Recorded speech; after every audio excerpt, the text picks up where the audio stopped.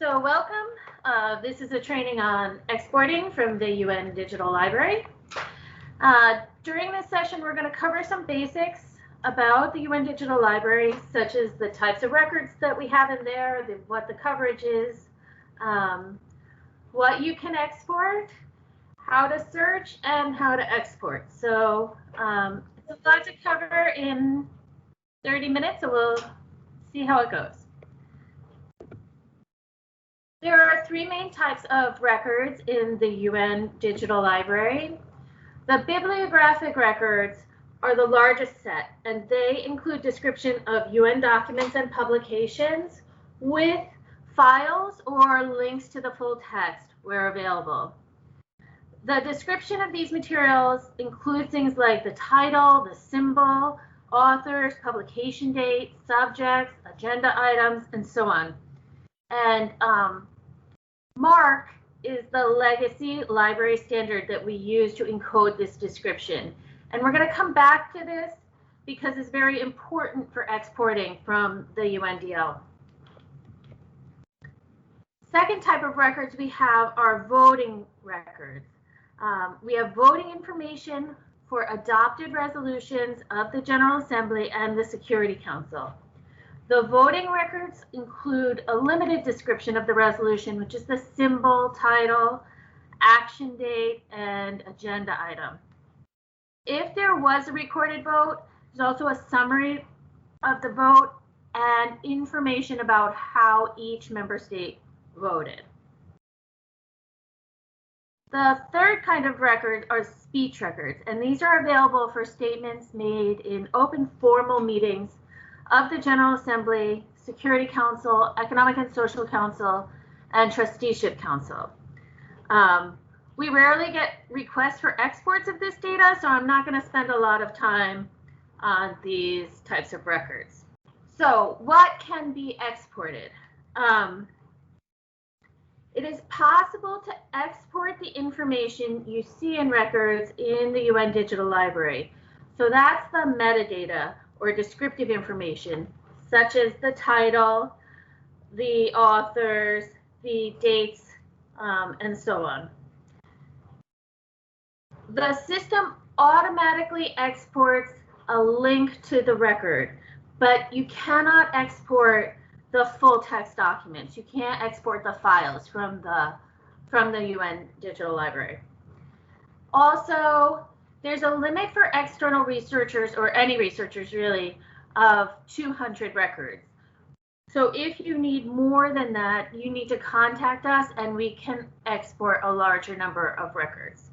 The instructions to export are very simple. You register for an account, you log in, you search, you scroll to the bottom and you click on export, and you enter your MARC fields and you review your exported file. There are two parts of this that can be challenging: creating a very good search and figuring out which MARC fields you need to export. So we're going to look at both of these parts in a little bit more detail. A good search is the best starting point for a successful export. We have lots of guides online, and you can also consult with us about strategies for refining a search. The two most common types of export requests we get are for voting data and for information that may be found in the bibliographic records. For example, to find draft resolutions sponsored by a particular member state. So I'm just going to click on one of these and show you a little bit what the search looks like. So here you can see that we're in the voting data section of the UN Digital Library. And here I've selected General Assembly. I get 19,000 results. You can see that my first results are all adopted without a vote. If I want to limit to just the resolutions adopted with a vote, which is more interesting if you're looking at voting data, then you can see I've limited down to 6,800. And this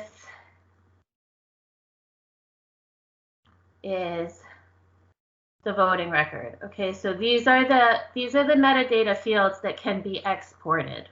So searching the UN Digital Library can be very complex, and there are a lot of different ways to approach a search, and different approaches may give different results. It pays to spend some time working on your search, refining your search, and checking if the results include the type of information that you want to export. So the next part is looking at how to export, and especially what MARC fields are and how you can learn about them in order to decide which fields you want to export. When you click on export at the bottom of the search, this is the prompt that you get. So you kind of need to be prepared with what you're going to enter here, because there's not a lot of support for the kind of information that you need. So I've said metadata a few times. What is metadata? Metadata is just a fancy word for the information about the documents that you see in the record in the UN Digital Library, such as symbol, title, author, etc. The MARC is the way the data is encoded. So you need to tell the system which MARC fields and subfields to export when you're exporting. MARC is a legacy library data standard, and we have links here to our UNBIS manuals and to our export guide with information about our specific implementation of MARC. This is a page from the export guide with kind of a cheat sheet for some of the most useful fields for export. So this shows the tag number, the type of information that it's encoding, and which types of records the tag is used in. Another way to learn about MARC is to look at some of the records. On a record in the digital library, there's a button at the top that says formats. And when you click, you see the different formats that you can download. So here, what you want to look at is either MARC or MARC XML. So we're going to look at the MARC XML. When you look at it, it's a little bit scary at first. So we'll just break this down a little so that you can see how to read this. This is the MARC XML field for the title. And you can see it begins with a data field, and then at the end there's a closed data field that's tagged. So these are this is the information that's included in this one field.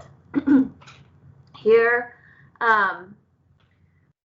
we have the field number or tag is 245. And then we have two indicators, indicator 1 and indicator 2. We'll come back to why this may matter in your export, but for the most part, you don't need to worry about the indicators except to know that there are two of them. This MARC field has three subfields, A, B, and C. So when you export, you can export the whole 245 field with all of its subfield, or you can specify one subfield to export. So for example, if you just wanted subfield A, you would enter 245 underscore underscore, and so that's two blank spaces for those indicators, and then the subfield letter A. So 245 underscore underscore A exports just moratorium on the use of the death penalty. And this can be useful if, for example, all of your results are resolutions adopted by the General Assembly, and you don't need that information repeated in every record that you're exporting. As we go through the MARC XML, we get down to 967. And 967 is the field with the voting information. Here we see the different subfields. A is a number that sorts. It's not a number that's tied directly to that country. Subfield C is a country code. Subfield D is the vote. And subfield E is the short name of the country. So here you can see 2 967 fields. And so we have one 967 field for every country that votes in our records. We recommend you export everything, 967, the whole thing. Don't try to export by subfield. I'll talk a little bit more about that choice later on.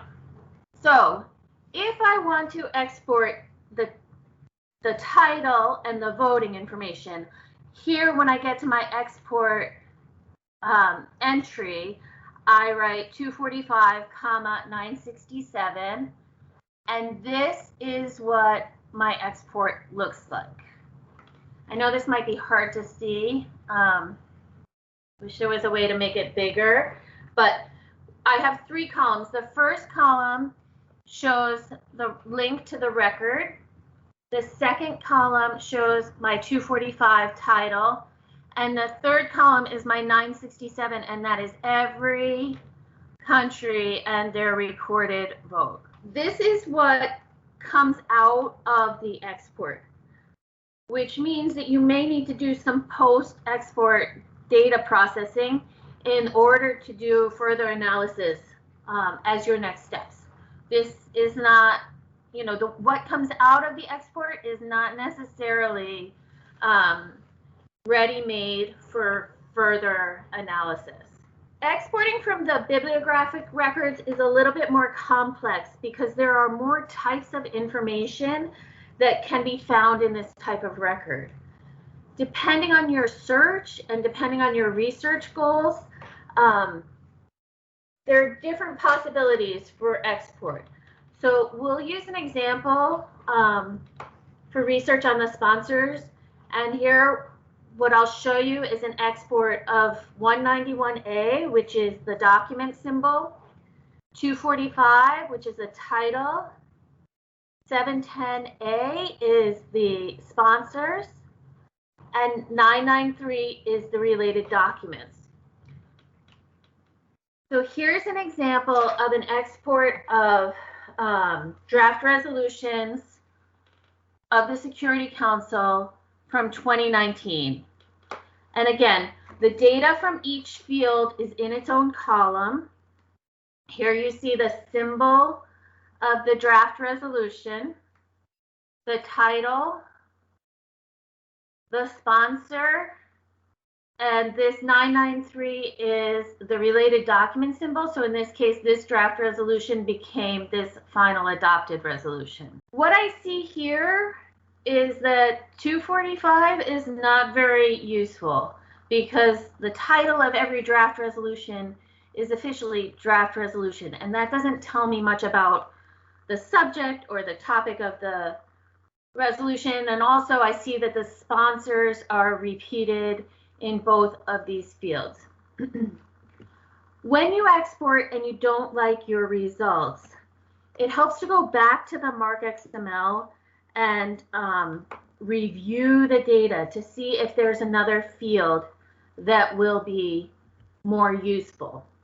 When I look at the MARC XML for one of these draft resolutions, I see here's my 245, and I see that my subfield A is draft resolution, but there's another title field, which is 239, and this gives me a more descriptive title.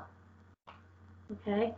Another source to look at is this guide with some of those key mark fields that may be of interest to you. So if I go back to my Excel export, I'm going to change 245 to 239 because I saw that in my Mark XML that was a better title for me. And then I'm going to add 992 because action date, I want to know the date that this was voted on. So here's my export.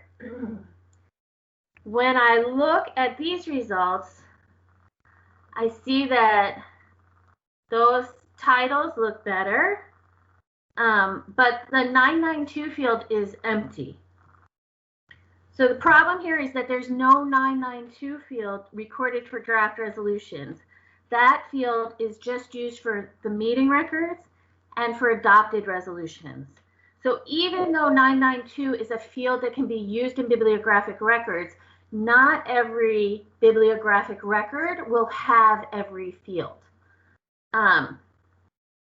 When the data you request in your export is not found in the records that you're exporting, there's nothing there to export. And so you end up with blank fields like this. So another example of this happens in the voting records. So if we go back to the voting records, you can see here, if a country doesn't vote, in this case, Burundi did not vote on the resolution that this example is coming from. If they don't vote, there's no subfield D. So when you export, there's nothing to be exported in that position in the data in the 967 field. So that's why we recommend you don't export different subfields of 967 because you end up disassociating the country and the vote information, and it makes it hard to go back and figure out what actually happened. So these are the things to keep in mind as you're going through your records and exporting. All of this is to say, although there's an option to export from the digital library, it can be very tricky to export the search results, and you may need to do some post-export data processing to interpret the results. The export is really just a starting point for your further research. However, we're here to help. So if you decide to export, we can advise you on different search strategies to come up with really good results for the kind of information you're looking for. We can give you some guidance on the mark fields that might be relevant. And we can also export more than 200 results. So if you have the perfect search that has a lot of results and you know what mark fields you want, send us that information and we can export all of the records for you.